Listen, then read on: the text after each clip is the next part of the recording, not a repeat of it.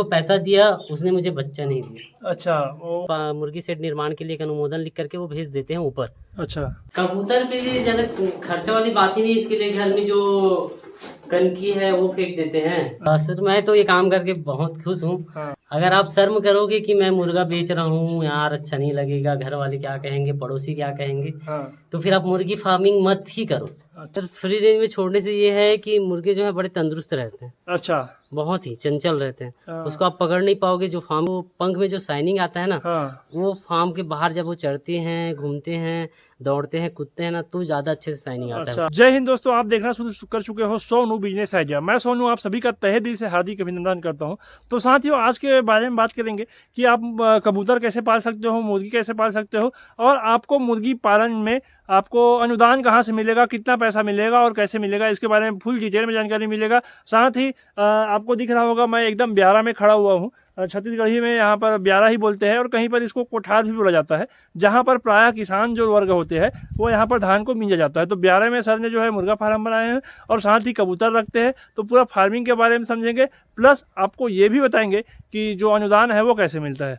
तो इससे पहले कहना चाहूँगा कि अगर आप हमारे चैनल पर नए हो तो हमारे चैनल को सब्सक्राइब करके हमारे परिवार का हिस्सा बन जाइए, जो कि बहुत ही बेहतरीन बात है। जैसे ही आप सब्सक्राइब करोगे साइड में बन जाएगा बेल नोटिफिकेशन को ऑल पे सेट कर लीजिए। इससे होगा ये कि इस तरीके के जो वीडियो है सबसे पहले पहुँचेगा आप तक। तो चलिए बिना किसी देरी से सर से बात करते हैं और पूरा डिटेल में समझते हैं। सबसे पहले सर स्वागत है आपका हमारे चैनल पर। आप अपना एक छोटा सा परिचय हमारे दर्शकों को दीजिए सर। मोर नाम परमेश्वर साहू है, मैं यहाँ ग्राम पहांदक रही है रहा। तो सर सबसे पहले कबूतर के बारे में बात करते हैं, उसके बाद मुर्गियों के बारे में जाएंगे। तो चलिए सर अंदर चलते हैं और कबूतर के बारे में समझते हैं सर। जी जी। तो सर अभी आपके पास कितना कबूतर है सर? सर अभी मेरे पास ना 18 के आसपास कबूतर है। 15। अच्छा, तो सर 18 कबूतर है। इसको आप बाहर में छोड़ते हो कि दिन भर यही रहता है सर? अभी तो ये दिन भर यही है। अच्छा, छोड़ना है बाहर अभी इसको। अच्छा, बाहर छोड़ना है। हाँ, हाँ। अभी छोड़े नहीं हो? अभी छोड़ नहीं पाए, समय नहीं मिल पा रहा है ना देखने के लिए। अच्छा, तो सर ये बताइए कि आप कबूतर को दाना पानी के रूप में क्या कर देते हो सर? कितना खर्चा करते हो दाना पानी या कुछ? कबूतर पे ज्यादा खर्चा वाली बात ही नहीं, इसके लिए घर में जो कनकी है वो फेंक देते हैं। अच्छा। थोड़ा बहुत खराब जो गेहूं है वो फेंक देते हैं। अच्छा। और छोट मुर्गी उर्गी का दाना अगर पड़ा रहता है वो खा लेती है। अच्छा, और सर ये अभी अंडा देता होगा सर कबूतर जो है? हाँ, अंडा दिए हुए हैं। इसमें से देखो ना, ये बच्चे हैं ये। अच्छा। अच्छा, ये बच्चा सर ये कबूतर रखने के लिए बनाया सर इसी को? हाँ, ये कबूतर रखने के लिए है। अच्छा, तो सर ये बच्चा जो है कितने दिन का है सर? ये कबूतर का बच्चा होगा 25 दिन का। अच्छा, 25 दिन का बच्चा है सर। हाँ। अच्छा, तो सर ये दाना पानी खा लेते हैं या इसको कबूतर खिलाते हैं सर? ये कबूतर है ना, ये खिलाती है खुद दाना। अच्छा, कबूतर है वो कितने दिन तक उसको दाना पानी खिलाता है सर? कबूतर जो है उसको बड़े होते तक के खिलाएगी, जब तक के पंख पूरा ना आ जाए। अच्छा, तो पंख कितने दिन में आ जाएगा सर? वो पंख आने में अभी 20 दिन कम से कम और लगेंगे पूरी तरह से रेडी। अच्छा, आप कितना शुरुआत किए थे सर? कितना दिन हो गया आपको कबूतर लाए हुए? इसके 6 महीने हो गए कबूतर लाए हुए। अच्छा। ये क्या शौक से रखा था। हाँ। क्या पहले पापा लोग पालते थे ना। हाँ। तो उनका शौक था कि पालेंगे ऐसा करके। हाँ। इसलिए यहाँ पे 4 पीस लाया था, वो हो गया 18 पीस। अच्छा अच्छा, 4 पीस लाए थे, वो 6 महीने में 18 हो गए। 18 हो गया। अच्छा, तो सर ये कबूतर वाला जो फार्म आप बनाए हुए ये कितने साइज का होगा सर? ये है 11 फीट लंबा और 8 फीट चौड़ा। अच्छा, 11 फीट लंबा है और 8 फीट चौड़ा है। और यहाँ पर आपको मैं देख रहा था कि सामान भी है ना मुर्गियों का? हाँ, मुर्गी का सामान है, दाना स्टोर रूम है एक तरह का। अच्छा, स्टोर रूम है। यहाँ पर आप मुर्गी कबूतर पालन करते हो? कबूतर पालन कर रहा हूँ एक तरह से। दाना भी रखा रहता है और जो भी पोल्ट्री का सामान है सब यही रखता है। अच्छा, कौन कौन सा नस्ल का मुर्गा है वो है सर? आप कबूतर के कौन कौन सा नस्ल? एक कबूतर में एक है देसी नस्ल का है और एक ऐसा बोलते हैं कि मसकली का है, ऐसा कुछ बताते हैं। अच्छा, मसकली है ऐसा बताते हैं और देसी है ना सर? हाँ। अच्छा, यहाँ पर भी बच्चा देख रहा था सर, यहाँ पर भी बच्चा है सर? हाँ, उसकी मम्मी है वो। अच्छा, उसकी मम्मी और वो अंडा से ये बगल वाला। अच्छा, ये अंडा से है। तो सर ये बताइए कबूतर में मेल फीमेल जानने के लिए कुछ आइडिया होता है कि नहीं आता सर? मेल फीमेल कैसे जानते हैं कबूतर के बारे में? मेल फीमेल के लिए सबसे पहले बच्चे को तो पता नहीं चल पाता। अच्छा। जब बड़े होते हैं ना तो उसके जो गुटर की जो आवाज आती है, हाँ, वो सबसे पहले एकदम ज्यादा ही जो गुटर करता है, हाँ, वही मेल होता है। अच्छा। और दूसरा उसका जो सीने का जो चौड़ाई है वो ज्यादा बड़ा रहता है, वो मेल रहता है। अच्छा। हाँ, अभी तक के इतना ही सीखा हूँ मैं अभी। अच्छा, 6 महीने में। ठीक है सर। हाँ। तो चलिए अब सर मुर्गा के बारे में समझते हैं और मुर्गियों के बारे में बात करते हैं। फार्म के अंदर में आ गए हैं तो फार्म के बारे में बताइए सर। ये फार्म का साइज कितना था सर? फार्म का साइज है 30 फीट लंबा 30 फीट चौड़ा। अच्छा, 30 फीट लंबा 30 फीट चौड़ा है। सर आप कितना साल पहले ये बनाए थे और आपको कितना वर्ष हो गया ये मुर्गी पालन करते हुए? सर कितना साल हो गया? मैं दरअसल स्टार्ट किया था कि कोरोना लगने के पहले मेरा फार्म रेडी हो गया था। अच्छा। और उसके बाद जैसे ही फार्म चालू किया, सबसे पहला बैच तो मेरा कड़कनाथ का था। हाँ, कितना रखे थे सर आप कड़कनाथ? सबसे पहले चालू किया वो 50 पीस लेकर के आया था चूजा। अच्छा। हाँ, तो उसी के समय मेरा क्या है अपना कोरोना काल चालू हो गया। हाँ। कोरोना काल चालू हुआ तो फिर उसके बाद फिर मार्केट, मुर्गी का मार्केट तो पूरी तरह से गिर ही गया था। अच्छा। तो उस समय बस वही कड़कनाथ ही रखा था 50 पीस। हाँ। फिर जैसे ही कोरोना काल थोड़ा सा नॉर्मल हुआ ना, अच्छा। फिर उसके बाद मैं यहाँ पे वनराज भी डाला। हाँ। सोनाली का भी पालन किया हूँ। अच्छा। हाँ, कॉकरेल भी रखा था कुछ समय के लिए। अच्छा। तो फिलहाल अभी वर्तमान में तो केवल सोनाली और कड़कनाथ ही बस रखता हूँ। अच्छा, तो सर ये आप 30 बाई 30 मतलब 900 स्क्वायर फीट है। हाँ। तो आप सर इसमें अधिकतम कितना रखे हो सर, कितना रख सकते हो? अभी इसमें अधिकतम 800 बर्ड तो आराम से रख सकता हूँ मैं। अच्छा, सर जब ये फार्म आप बनाए थे तो आपको उस समय में कितना खर्चा आ गया था सर?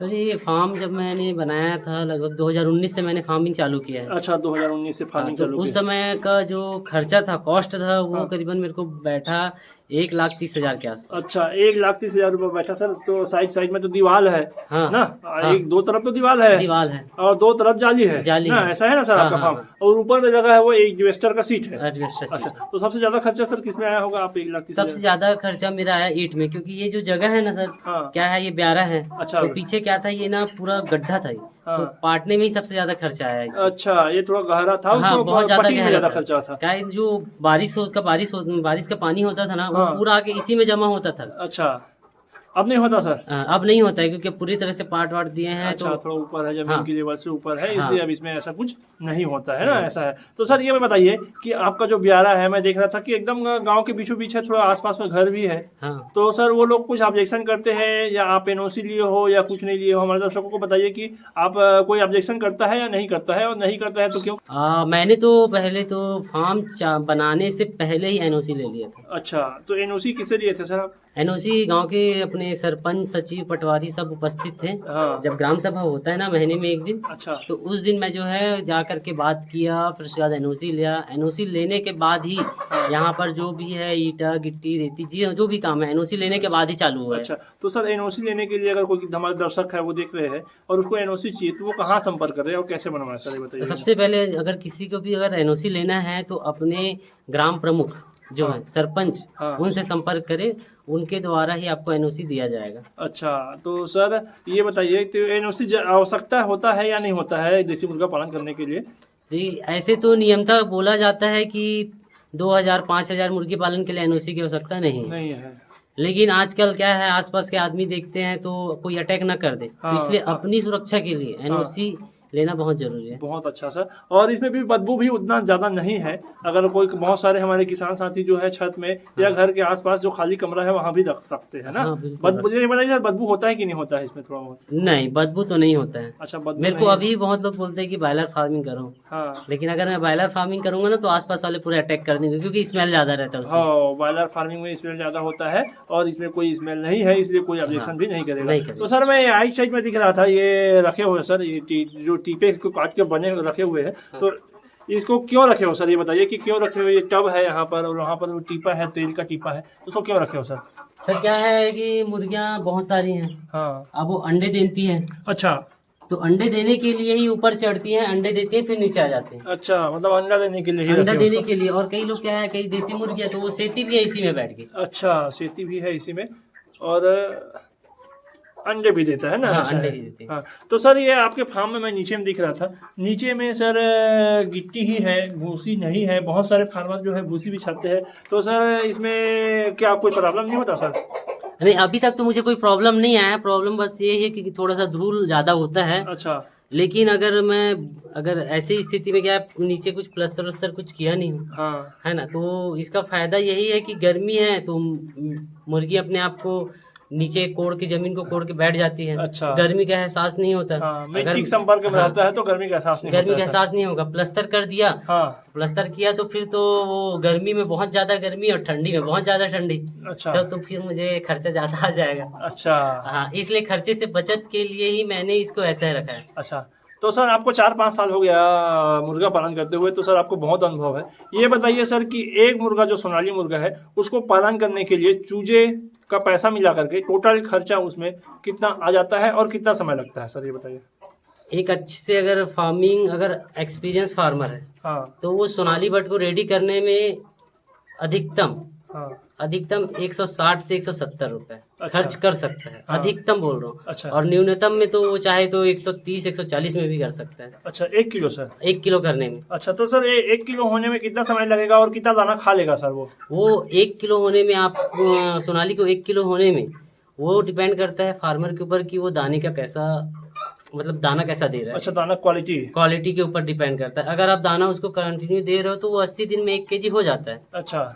अगर वो दाना ही थोड़ा सा कमजोर है तो मान के चलो 90 से 100 दिन के बीच में 1 केजी हो ही जाएगा। अच्छा, तो सर ये बताइए जैसे कि आपका मुर्गा जो है 1 किलो हो गया, तो उसको बेचने में कोई दिक्कत होता है या नहीं होता है सर? बहुत सारे जो फार्मर है मुझे कॉल करते हैं कि मुझे बेचना है, तो उसके लिए आप सर क्या करते हो सर? आप लेते भी हो या बस फार्मिंग करते हो, सर ये बताइए। क्या सर, जब मैं पहले फार्मिंग किया था ना, हाँ, तो मुझे भी थोड़ा सा नॉलेज नहीं था मार्केटिंग के बारे में। अच्छा। तो फिर उसके बाद जैसे फार्मिंग चालू किया, फिर फिर इधर उधर ढूंढा, घूमा फिरा, तब जाके कोई कस्टमर मिला। हाँ। कस्टमर मिला, लेकिन ये था कि माल एक बार में उठता नहीं था। अच्छा। बहुत प्रॉब्लम होता था। हाँ, खासकर हमारे जिले में तो और थोड़ा सा प्रॉब्लम हाँ, है ना। तो इसलिए मैं बहुत परेशान था। फिर उसके बाद कैसे भी करके रायपुर गया, रायपुर में मार्केटिंग पकड़ा। हाँ, फिर उसके बाद जब से रायपुर में मेरा मार्केटिंग चालू हुआ है, अच्छा, तब से लेकर के अभी तक के मुझे अपने फार्म का माल निकालने में कोई दिक्कत नहीं हुआ है। और अच्छा। साथ में आस पड़ोस के जो फार्मर है ना, हाँ, उनका भी माल मैं ले जाके रायपुर में देता हूँ। अच्छा, मतलब आप लेते भी हो और खुद फार्मिंग भी करते हो, ऐसा ना हाँ, सर? दोनों चीजें हैं, मैं लेता भी हूँ और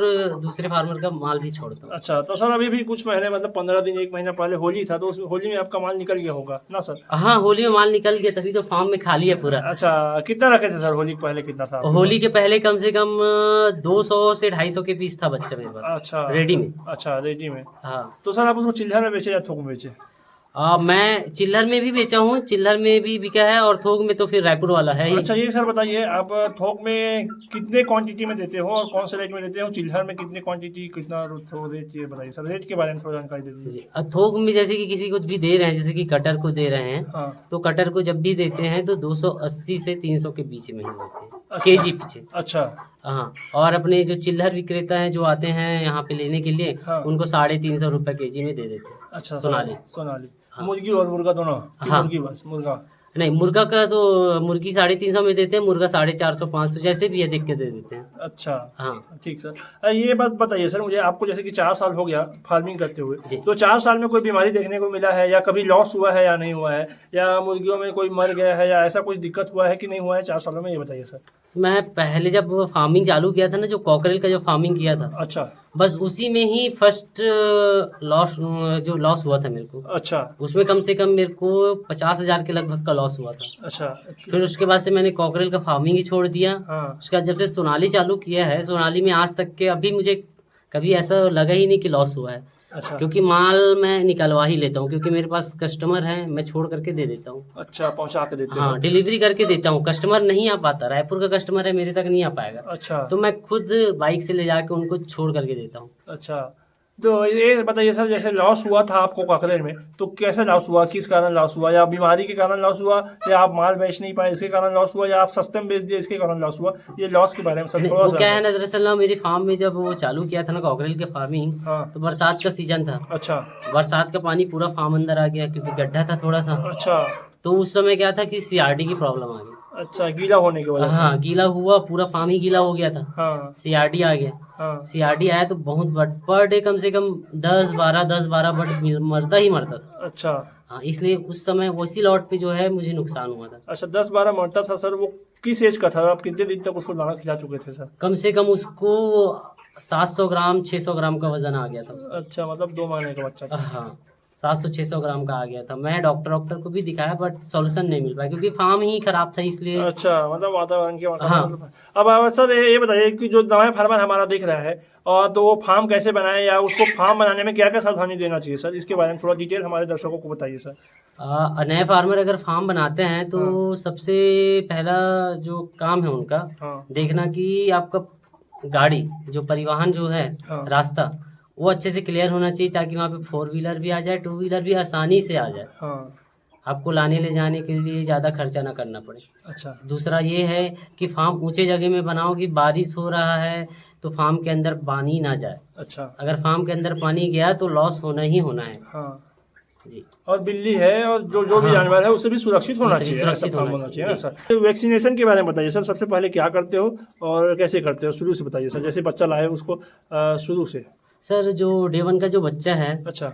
जैसे ही हम उसको लाते हैं फार्म में, हाँ। तो सबसे पहले तो पेपर वेपर बिछा करके हाँ। उस पे पहले से ही माल पहुंचने से पहले, बच्चा आने से पहले ही उस जगह को कम से कम टेम्परेचर पे ला करके रख दिया जाता है 35 अंश सेल्सियस पे। अच्छा। लाने के बाद उसको सबसे पहले तो गुड़ पानी पिलाया जाता है। हाँ। गुड़ पानी पिलाने के बाद फिर उसके बाद मक्के का छोटा छोटा दाना करके, बारीक दाना करके उसको खिलाया जाता है। कम से कम उसको 1 दिन तो वही खिलाते हैं हम लोग। अच्छा। 1 दिन खिलाने के बाद फिर उसके बाद प्री स्टार्टर दाना हम उसको चलाते हैं। अच्छा। प्री स्टार्टर दाना चलाते हैं। उसके बाद फिर डे 7वें दिन में पहला वैक्सीन कर देते हैं। अच्छा। 14 दिन में दूसरा। हाँ। और 21 दिन में तीसरा वैक्सीन कर देते हैं हम लोग। अच्छा, 3 वैक्सीन करते हो? 3 वैक्सीन करते हैं और 3 वैक्सीन पूरे 90 दिनों के लिए फुर्सत है, उसके बाद करने की जरूरत नहीं। अच्छा सर, ये वैक्सीनेशन के बारे में फ़ायदा बताइए सर, क्या क्या फ़ायदा है? सर वैक्सीनेशन का तो सबसे बड़ा फायदा यही है कि बच्चे को जो है बीमारी जल्दी नहीं लगती। अच्छा। सबसे बड़ा फायदा यही है। जो छोटी जो बीमारी है रानीखेत, हाँ। गम्बोरो और अपना CRD। हाँ CRD, हाँ। ये सब बीमारी जो है जल्दी नहीं पकड़ती। नहीं तो फिर अगर आप वैक्सीन नहीं करोगे तो वो बहुत जल्दी उनको बीमारी बीमार पकड़ती हो जाएगा, उसका जो रोग प्रतिरोधक क्षमता है वो बढ़ जाता है ना सर, वैक्सीन करने के जी, बारे में। जी। तो सर मुझे बहुत सारे लोग पूछ करते हैं कि मुर्गा पालन में फ़ायदा है या नहीं है। मुझे ये बताइए कि बहुत सारे लोग जो है गपशप मार देते हैं यूट्यूब में कि मैं लाखों कमाता हूँ, ये कमाता हूँ। तो उसके बारे में क्या कहना सर, इसमें प्रॉफिट है या नहीं है? आपको 4 साल का अनुभव है, ये बताइए कि इसमें प्रॉफिट है या नहीं है, या आप ये जो काम है ये करके खुश हो या नहीं हो, ये बताइए सर। सर मैं तो ये काम करके बहुत खुश हूँ। हाँ। क्योंकि क्या है सर कि फार्मिंग अगर कर रहे हो, मुर्गी पालन कर रहे हो, हाँ। तो सबसे बड़ा बात है कि आपको आपके अंदर जो शर्म है, जो है वो बेचना पड़ेगा। अच्छा। अगर आप शर्म करोगे कि मैं मुर्गा बेच रहा हूँ यार, अच्छा नहीं लगेगा, घर वाले क्या कहेंगे, पड़ोसी क्या कहेंगे, हाँ। तो फिर आप मुर्गी फार्मिंग मत ही करो। अच्छा।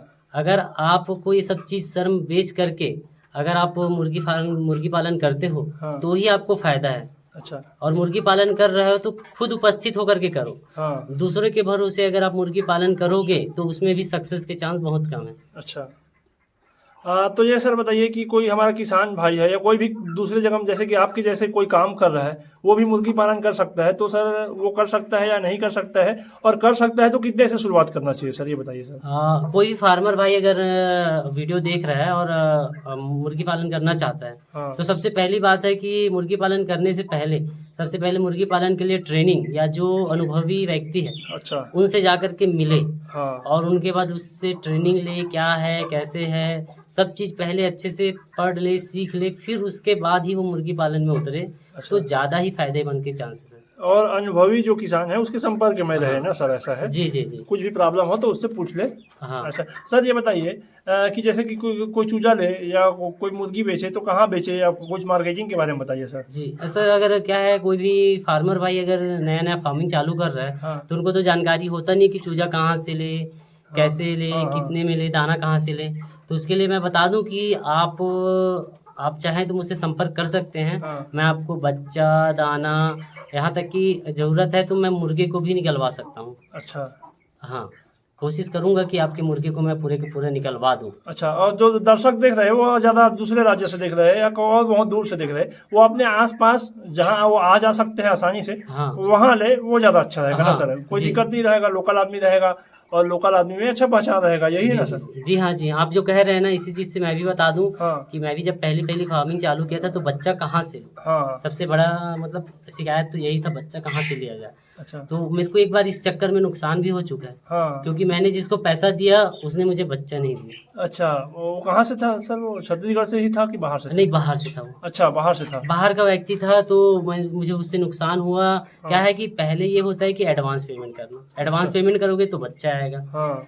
तो मैंने एडवांस पेमेंट कर दिया। हाँ। उसके बाद से वो आदमी नहीं कॉल उठा रहा है, नहीं कोई जवाब दे रहा है। अच्छा। तो इसीलिए कहता हूँ कि अगर जब भी किसी के साथ भी फार्मिंग चालू करोगे तो जो अगला व्यक्ति जिससे आप बच्चा ले रहे हो, हाँ। उससे अच्छे से जान लो, पहचान लो। हाँ। और ज़्यादा अच्छा है कि अपने जान पहचान को ही ऑर्डर दो, भले ही 2 रुपए महंगा लगे कोई बात नहीं, लेकिन कम से कम आप। सर मैं आपके फार्म में देख रहा था कि सभी साइज का चूजा है, छोटा वाला भी है, 1 महीने का, 2 महीने का भी है, 3 महीने का भी है, बहुत बड़ा बड़ा 2-2 किलो 2.5 किलो का भी है। तो सर ये कैसे है सर, ये बताइए मुझे। सर क्या है कि मेरे पास कम से कम 2 साल से ज़्यादा हो गया। अच्छा। मैंने अपना खुद का जो है एक छोटा सा हैचरी बनाया है। अच्छा, हैचरी भी बनाया? हाँ, हैचरी बनाया है। तो उसमें क्या है, इनके ही अंडे को मैं डाल करके उनमें से बच्चा निकालता हूँ। हाँ। तो इस तरह से क्या है, कम से कम 3 हैचरी है मेरे पास। अच्छा। अंडे के हिसाब से यूज़ करता हूँ। हाँ। देखते कि ज़्यादा अंडा है तो तीनों को, नहीं तो फिर एक को ही। अच्छा। तो उसमें क्या है कि उसमें हैचरी से जो निकला हुआ है ना, हाँ। कई बार 15 निकलता है, कई बार 20 निकलता है, कई बार 30 निकलता है। तो इसलिए जो 21 दिन के अंतराल में निकलते जाते हैं। हाँ। तो इसलिए कई छोटे हैं, कई बड़े हैं, कई रेडी हैं, और कई तो ऐसे हैं कि एक तो 4 kg का ही है। अच्छा। वो असील क्रॉस का मुर्गा है। 4 kg का है वो। अच्छा, असील क्रॉस का मुर्गा है जी। हाँ। वो केवल ऐसे ही फार्मिंग के लिए शौक से रखा हूँ उसको। अच्छा। निकालता सर हमारे दर्शकों को कुछ सुझाव देना चाहेंगे मुर्गी पालन के क्षेत्र में, आप इतना अनुभवी है तो कुछ सुझाव देना चाहेंगे सर अंतिम में, लास्ट में? जी जी सर, आप ये है कि जो भी नए फार्मर अगर जुड़ रहे हैं, हाँ। तो सबसे पहली बात है कि जो अनुभवी फार्मर है, अपने जान पहचान के फार्मर है, आप उनसे एक बार कांटेक्ट कर ले, और उनके बाद ही फिर फार्मिंग के बारे में सोचें। अच्छा। इसमें कुछ अनुदान मिला है सर आपको? जी हाँ सर, ये क्या है कि जिस समय NOC पास हुआ था ना, अच्छा, उसी उसी समय जो अपने पंचायत हैं उनमें रोजगार सहायक ने जो है तुरंत जैसे ही NOC पास होता है ना, वैसे ही वो अनुमोदन कर देते हैं। हाँ। कि अपना मुर्गी शेड निर्माण के लिए एक अनुमोदन लिख करके वो भेज देते हैं ऊपर। अच्छा। हाँ, तो वो अनुमोदन लिख करके जो भेजा गया था, हाँ। वो मुझे कम से कम 1 साल बाद मुझे मतलब 1 साल के बाद जो है फार्म बनाने का जो है आदेश आया। तो फिर 1 साल बाद जो है ये निर्माण। अनुदान में पूरा पैसा दिया था कि उसको बना के दिए थे सर, ये बताइए। ये क्या है कि अनुदान जैसे ही अनुमोदन होता है ना, हाँ। तो सबसे पहले अपने खर्च से आप इसको बनाओगे। अच्छा। और जैसे ही आपका फार्म रेडी हो जाता है ना, हाँ। तो फिर उसके बाद फिर फार्म रेडी होने के बाद फिर आपको जो है दिया जाता है पैसा। अच्छा, कितना पैसा मिला सर आपका? मुझे करीबन 2 साल पहले बनाया था, तो उस समय इसका राशि 35,000 था। अच्छा, 35,000 मिला है ऐसा? 35,000। तो ये बताइए सर, जो हमारे दर्शक देख रहे हैं, किसान भाई देख रहे हैं, उसको ये योजना का लाभ उठाने के लिए क्या करना पड़ेगा या किसके पास जाना पड़ेगा सर, ये बताइए। इस योजना का अगर लाभ उठाना है तो सबसे पहले तो आपको अपने ग्राम पंचायत में NOC पास करवाना होगा। और अच्छा। जैसे ही NOC पास होता है, हाँ। तो रोजगार सहायक से आप बात करके हाँ। फिर आप ये मुर्गी पालन शेड निर्माण करवा सकते हो। अच्छा, और 35-40 हजार मिल जाएगा सर? 35-40 हजार रुपये मिल जाएगा आपको फिर। अच्छा, तो बहुत बढ़िया है। और ये बैग क्या जो योजना के तहत आता है, जिसमें सरकार जो है मुर्गी के बच्चे भी फ्री में देते हैं ना सर? हाँ, मुर्गी के बच्चे भी फ्री में देती है। हाँ।